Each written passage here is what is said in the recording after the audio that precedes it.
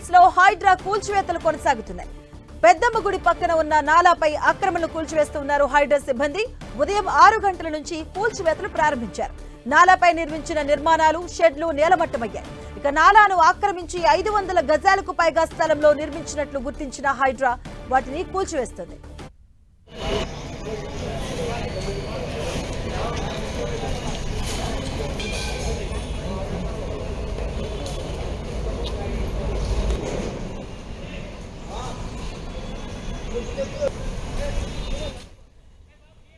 ఇదే అంశానికి సంబంధించిన పూర్తి అప్డేట్స్ మా కరెస్పాండెంట్ రాముడు అందిస్తాడు. రాముడు,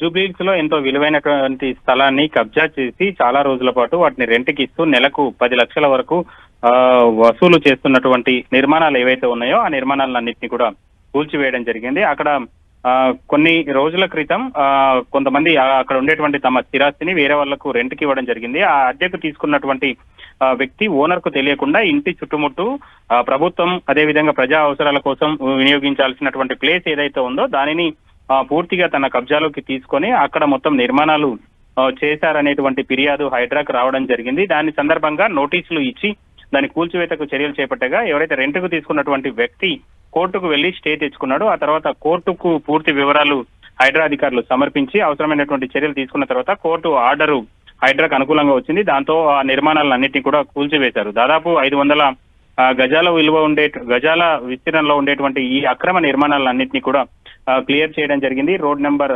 41 పెద్దమ్మ గుడికి సమీపంలో కాబట్టి దాదాపు 1 గజం 3 లక్షల వరకు విలువ ఉండేటువంటి అవకాశం ఉంది.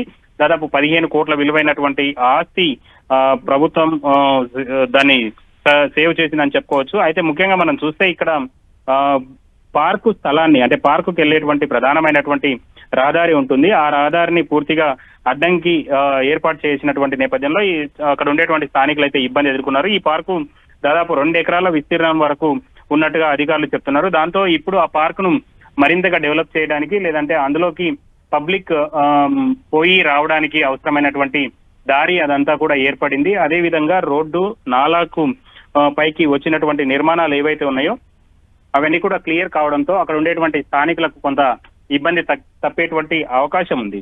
అయితే ప్రధానంగా మనం చూస్తే ఇలాంటి అంశాలలో లీజుకు తీసుకున్న తర్వాత సరైనటువంటి పద్ధతుల్లో వాటిని నిర్వహించకుండా ఇంకా కొంత స్థలాలను ఆక్రమిస్తున్నటువంటి పరిస్థితి ఉంది. అది ఇటు జిహెచ్ఎంసీ కానీ హెచ్ఎండిఏ నుంచి కానీ ప్రభుత్వ స్థలాల దగ్గర లీజ్ తీసుకున్నప్పుడు కూడా ఇదే విధంగా ఉంటుంది. అదేవిధంగా ప్రైవేటు వ్యక్తుల నుంచి లీజుకు తీసుకున్నప్పుడు కూడా కొంతమంది కిరాయిదారులు ఈ విధంగా అక్రమంగా ప్రభుత్వ స్థలాలను వాటన్నింటినీ కూడా కబ్జాలు చేస్తున్నటువంటి పరిస్థితి ఉంది. దాని నేపథ్యంలో హైడ్రాకు ఫిర్యాదులు రాగానే ఇలాంటి వాటిపైన అయితే చర్యలు తీసుకుంటారు. ఈ పక్కనే అక్కడ జూబ్లీహిల్స్ నుంచి పక్కనే మాదాపూర్ లో కూడా గతంలో దాదాపు 600-700 గజాల విస్తీర్ణంలో ఉండేటువంటి జిహెచ్ఎంసీకి సంబంధించినటువంటి పార్కును ఒక వ్యక్తి తీసుకొని లాంగ్ లీజ్ లో అలాగే ఉంటూ కోర్టుకు వెళ్లి స్టేలు తెస్తూ దాన్ని ఎవరిని లోపలికి అనుమతించకుండా అదేవిధంగా ప్రైవేట్ గా అక్కడ క్రీడా మైదానాన్ని నిర్వహిస్తూ డబ్బులు వసూలు చేసుకుంటూ ఉండేది. దాని విషయంలో కూడా జిహెచ్ఎంసీ అధికారులు ఇదే విధమైనటువంటి హైడ్రా అధికారులు ఇదే విధమైనటువంటి చర్యలు తీసుకున్నారు. ఇప్పుడు కూడా ఈ విధంగా చేయడం ద్వారా ఆయా ప్రాంతాల్లో ఉండేటువంటి రోడ్లు అదేవిధంగా ప్రభుత్వ స్థలాలు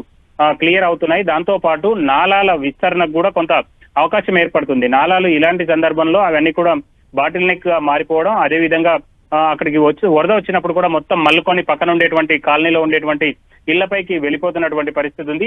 ఇలాంటి వాటి విషయంలో హైడ్రా కఠినంగా వ్యవహరిస్తుందని గత కొంతకాలం నుంచి హైడ్రా కమిషనర్ రంగనాథ్ చెప్తున్నారు. ఆ విధంగా ముందుకెళ్లి ఈ రోజు ఉదయమే ఈ నిర్మాణాలన్నింటినీ కూడా కూల్చివేయడం జరిగింది.